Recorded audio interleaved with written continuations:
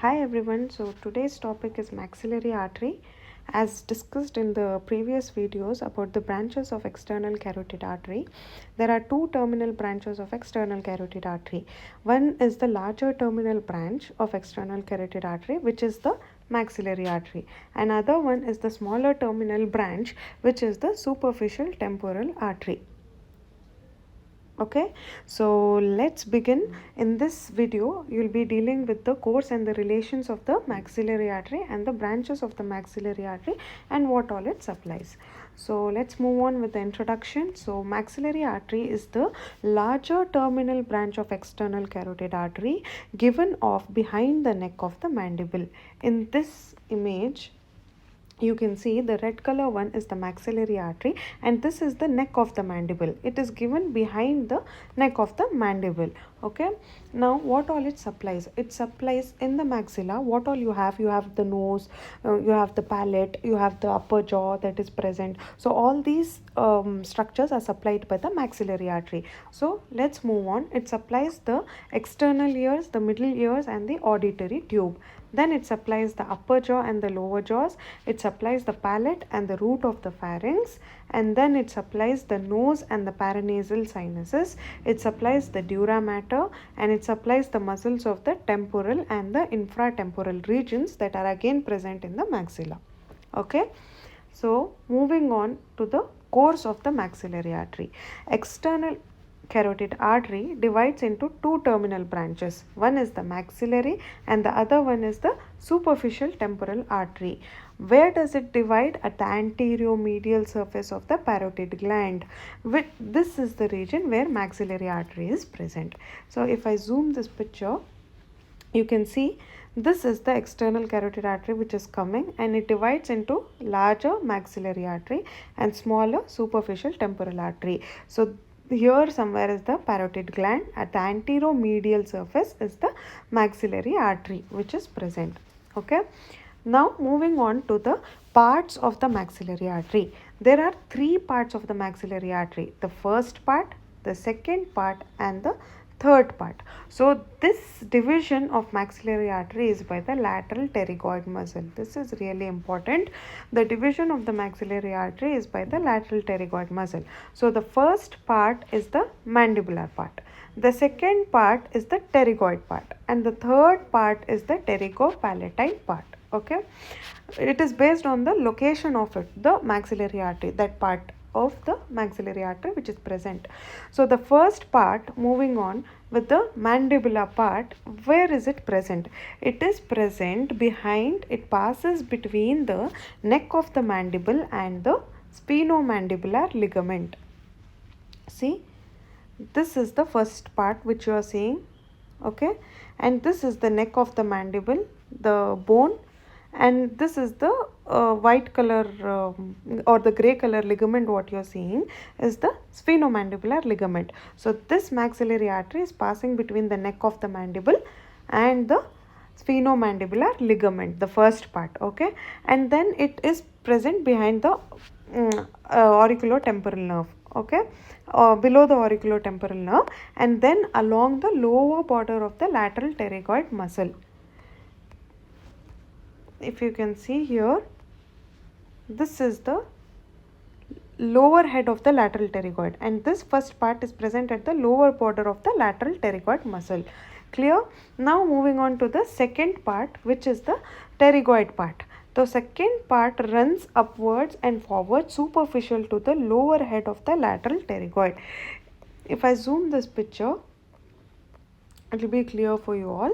So this part, the part between the two yellow lines is the second part. Okay, and this is the pterygoid part and this is the lower head of the lateral pterygoid. So if you see the maxillary artery, it is moving up, superficial and upwards. Okay, on the lower head of the lateral pterygoid muscle. Then the third part is the pterygopalatine part.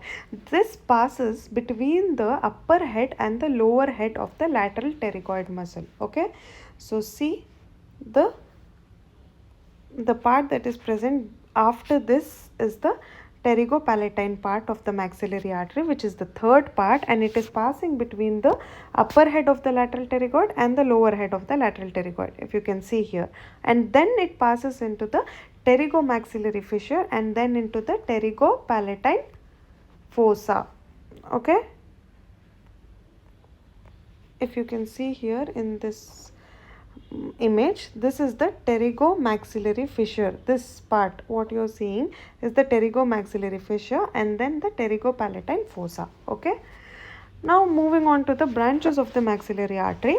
The first part, you can remember this as MAAID, MAID. Okay, so M is for the middle meningeal, A is for accessory meningeal, and one more A is for anterior tympanic, and I is for the inferior alveolar, and D is for deep auricular. Okay, M is for the middle meningeal, A is accessory meningeal and anterior tympanic, and I is for the inferior alveolar, and D is for the deep auricular artery. So this MAID is the first part of the maxillary artery. The second part for the temporal and the infratemporal muscles that are present, infratemporal muscles that are like the deep temporal supplies the temporalis muscle, the pterygoid part supplies the lateral pterygoid and the medial pterygoid, and the mesenteric artery supplies the mesenteric muscle, the buccal artery supplies the buccinator muscle. So these all supply the muscles of the mastications and the infratemporal and the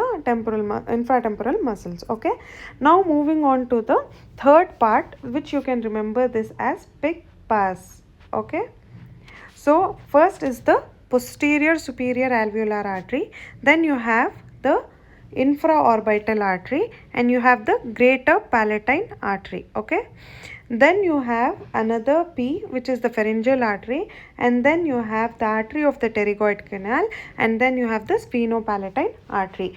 To what all foramens it passes and through what all structures it passes, in the upcoming slides you will be more clear. And remember this is an important table for you all. You have to remember this, through what foramen it is transmitting and what is the distribution of it. Okay, take a screenshot of this if you can. So moving on to the middle meningeal artery, it passes through foramen spinosum. If you can see, this is the foramen spinosum. Okay, and the middle meningeal artery is passing through this. Then you have the anterior tympanic artery, which passes through the pterygotympanic fissure. If you can see the arrow mark here, this is the pterygotympanic fissure through which the anterior tympanic artery is passing. And then you have the deep auricular artery, which passes through this auditory meatus. Okay,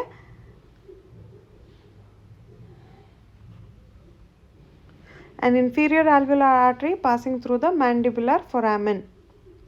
If you can see here, through this part, this is the inferior alveolar artery, which is passing through the mandibular foramen. Then you have the accessory meningeal artery, which is passing through the foramen ovale. Okay, which is present again in the sphenoid bone. So if you can see, this is the foramen ovale.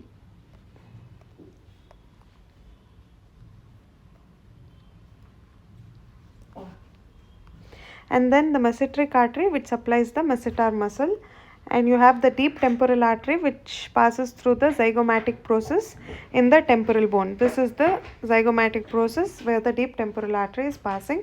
Then you have the buccinator artery that supplies the buccinator muscle, and then the sphenopalatine artery, which is passing through this. If you can see, the sphenopalatine foramen.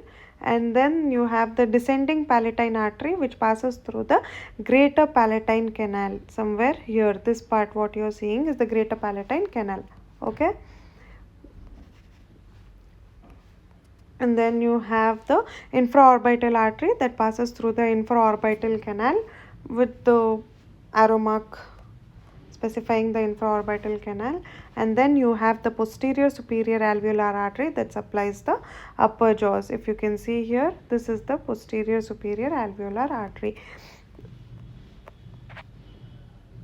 Okay, So that's all, guys. We are done with the maxillary artery, and have a few important questions which can come. This is the maxillary artery for 10 marks.